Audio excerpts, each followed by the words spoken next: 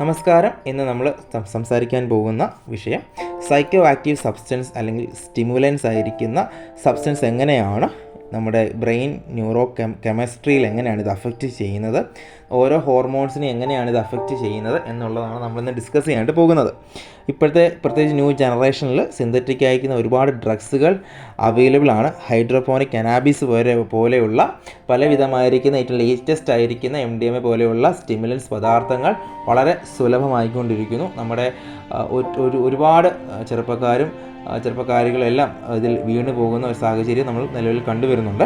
അപ്പോൾ അതുകൊണ്ട് തന്നെ ഇതെങ്ങനെയാണ് നമ്മുടെയൊക്കെ ഈ കുട്ടികളുടെ അല്ലെങ്കിൽ നമ്മുടെ ഈ മനുഷ്യരുടെ തലച്ചോറിൽ ഇതെങ്ങനെയാണ് അഫക്റ്റ് ചെയ്യുന്നത്, അതിനുള്ള കാരണങ്ങൾ എന്തൊക്കെയാണ് എന്നുള്ളതാണ് നമ്മൾ ഇന്ന് ഡിസ്കസ് ചെയ്യാനായിട്ട് പോകുന്നത്.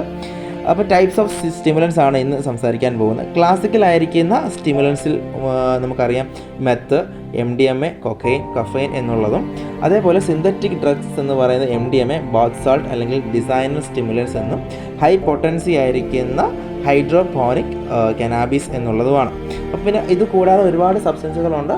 നമുക്കറിയാവുന്നതുപോലെ alcohol, tobacco products, pan masala, ഇങ്ങനെയുള്ള ഒരുപാട് നിരവധി സ്റ്റിമുലൻസ് ആക്ടിവേറ്റ് ആക്കുന്ന സൈക്കോ ആക്റ്റീവ് സാധനങ്ങളുണ്ടെങ്കിലും ഇതെങ്ങനെയാണ് ന്യൂറോ കെമിസ്ട്രിയിൽ ഇത് അഫക്റ്റ്, എങ്ങനെയാണ് നമ്മുടെ ബ്രെയിൻ കെമിക്കൽസിനെ അല്ലെങ്കിൽ നമ്മുടെ ഹോർമോൺസിനെ എങ്ങനെയാണ് ഇത് ചേഞ്ച് ചെയ്യുന്നത് എന്നുള്ളത് നമുക്ക് നോക്കാൻ പോവുകയാണ്. ഒന്ന്, ഡോപ്പമിനെ വളരെയധികം ഹൈയിലേക്കാക്കും. ഒരു നോർമൽ സ്റ്റേറ്റിൽ നിന്ന് ഹൈയിലേക്ക് മാറ്റുമ്പോൾ പ്ലഷർ വളരെ കൂടും, എനർജറ്റിക് ആകും, ഒരു യുഫോറിയ സ്റ്റേറ്റിലേക്ക്, ഒരു ഉന്മാദത്തിൻ്റെ സ്റ്റേറ്റിലേക്ക് നമ്മൾ മാറുകയും ഓവർലോഡ് ആകുകയും അതിൻ്റെ ഒരു അഡിക്ഷനിലേക്ക്, ക്രേവിങ്ങിലേക്ക് പോവുകയും ഒരു മോട്ടിവേഷൻ ഇല്ലാത്ത, ഒരു അൻഹെഡോണിയ, ഒന്നിനൊരു ഇൻട്രസ്റ്റിംഗ് ഇല്ലാത്ത ഒരു സിറ്റുവേഷനിലേക്ക് നമ്മളെ ഡോപ്പമിൻ എന്ന് പറയുന്ന ആ ഒരു ഹോർമോൺസിനെ നയിക്കുന്നു ഇങ്ങനെയുള്ള ലഹരി പദാർത്ഥങ്ങൾ ഉപയോഗിക്കുന്നതിലൂടെ.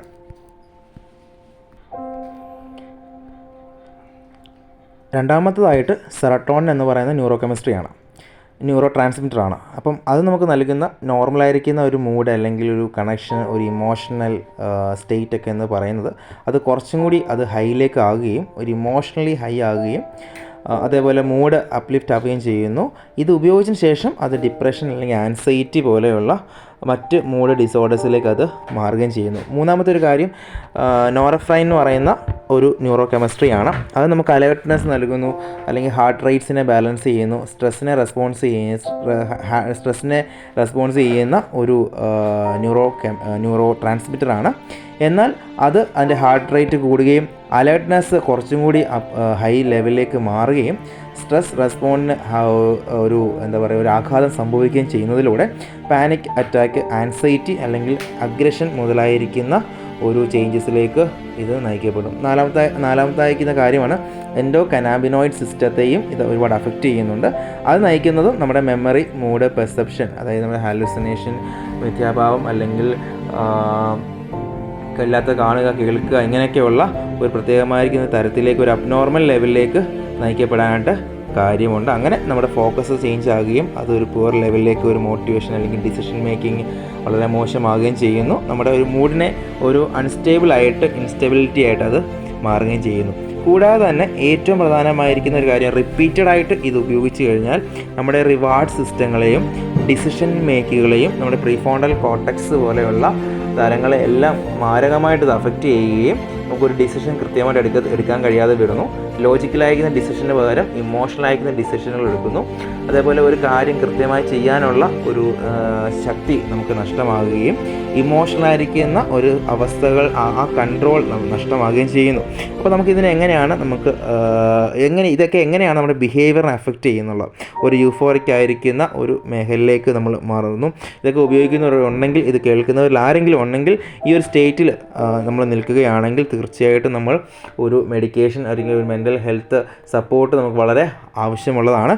ഒരു യൂഫോറിയ ലെവലിലേക്ക് മാറുക, വളരെ ഹൈ ടോക്കറ്റീവിലേക്ക് മാറുക, സാധാരണ ഒരു സംഭാഷണത്തിൽ നിന്ന് വീണ്ടും അമിതമായിരിക്കുന്ന സംഭാഷണത്തിലേക്ക് മാറുക, നമ്മൾ ചെയ്യുന്ന കാര്യങ്ങൾ സാധാരണ സ്പീഡിനേക്കാൾ അധികമായിരിക്കുന്ന ഒരു സ്പീഡിലേക്ക് മാറുക, അതേപോലെ ഒരു ഹാലൂസിനേഷൻ വേൾഡിലേക്ക്, ഒരു ഫാൻറ്റസി ലെവലിലേക്ക് നമ്മൾ മാറുകയും ചെയ്യുന്നു. അതിനുശേഷം ലോങ് ലെവലിൽ മാറുമ്പോൾ ഒരു ലോങ് ടൈമായിട്ട് നമുക്ക് അതിനെ കാണുകയാണെങ്കിൽ ഒരു അഡിക്ഷൻ ലെവലിലേക്ക്, സിവിയർ ആയിരിക്കുന്ന അഗ്രഷൻ, സമൂഹത്തിൽ നിന്ന് വിട്ട് മാറുക, സംശയങ്ങളിലേക്ക് തീരുക, ഇതൊക്കെ ഒരു സൈക്കോസിസ് ആയിരിക്കുന്ന സിംറ്റംസിലേക്ക് ഇത് നയിക്കപ്പെടും. ബിഹേവിയർ ചേഞ്ചസ് ഷോർട്ട് ടൈമിൽ നമുക്ക് കാണാൻ കഴിയുന്നത് വളരെ ടോക്കറ്റീവ് ആകുക, ഹൈപ്പർ ആക്റ്റീവ് ആകുക, ഹാലൂസിനേഷൻ പോലെയുള്ള കാര്യങ്ങൾ നമ്മൾ എക്സ്പീരിയൻസ് ചെയ്യേണ്ടി വരും.